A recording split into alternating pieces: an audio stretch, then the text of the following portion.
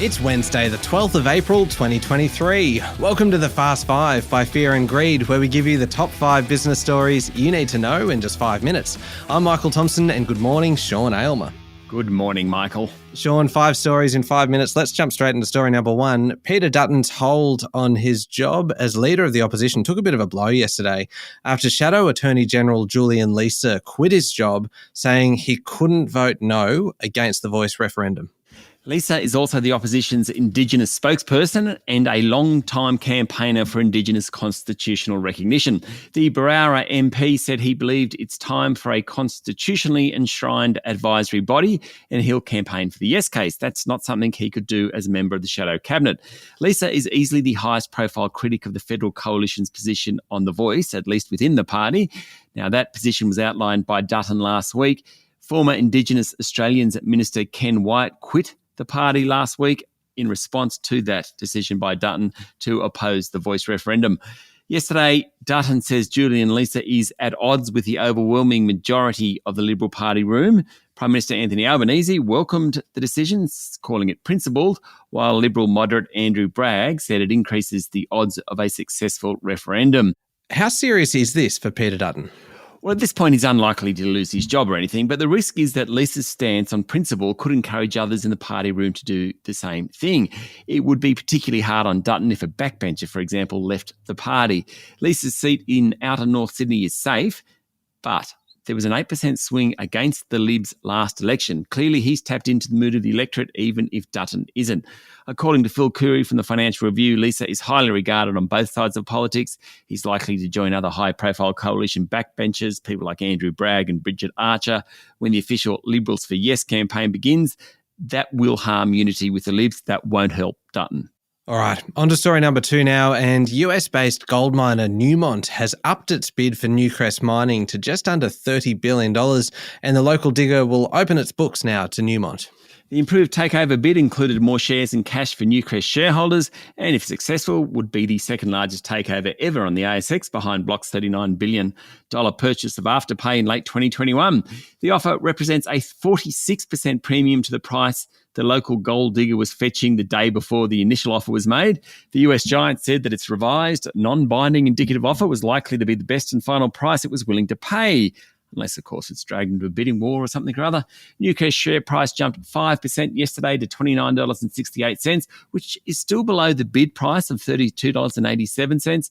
If successful, Newmont would consolidate its position as the world's largest gold miner, and it would acquire Newcrest's mines at Cadia in central west New South Wales and Lihir in Papua New Guinea.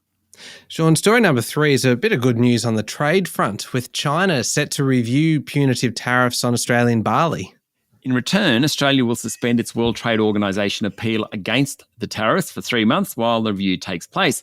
It's a decent backdown from Beijing in its campaign of economic coercion against $20 billion of Australian exports. Foreign Minister Penny Wong and Trade Minister Don Farrell said if the result is favourable to Australian producers, it could serve as a template for resolving other Australia-China trade cases before the WTO, things like tariffs on Australian wine.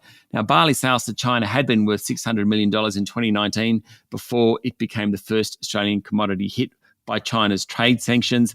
Other goods to be targeted included seafood, timber, cotton and coal, although coal has been backloaded into Chinese ports in recent months. Story number 4, Sean, how about this? Consumer sentiment jumped nearly 10% this month after the Reserve Bank's decision last week to pause on rate rises. Confidence is now at its highest level since June last year, according to the Westpac Melbourne Institute Index, but it's still 10% below April last year. That was the month before the Reserve Bank Board began raising the cash rate. Westpac Chief Economist Bill Evans said despite the jump this month, consumer sentiment is still weak, and he expects that consumer spending this year and into next year will be lacklustre. The survey, which was taken over 4 days from April 3 till 6, keeping in mind the Reserve Bank paused rate rises on April 4, shows that about 1/3 of respondents still expect more rate rises, notwithstanding that decision last week, and there has been a surge in confidence in the outlook for house prices. All right, last one. Story number 5. A new record price has been paid for a car license plate. $15 million paid in Dubai. That smashed the record set in the United Arab Emirates more than a decade ago and was well above the $3.2 million for the number played in Hong Kong earlier this year.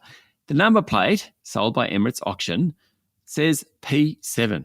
That's it, P7. Now, this story is pretty amazing, but it also allows me to segue into another story, which I've been trying to find room for in the Fast Five, Michael. Of course it does. So eBay State of Collections report for 2023 was released recently. We're talking about Australia here.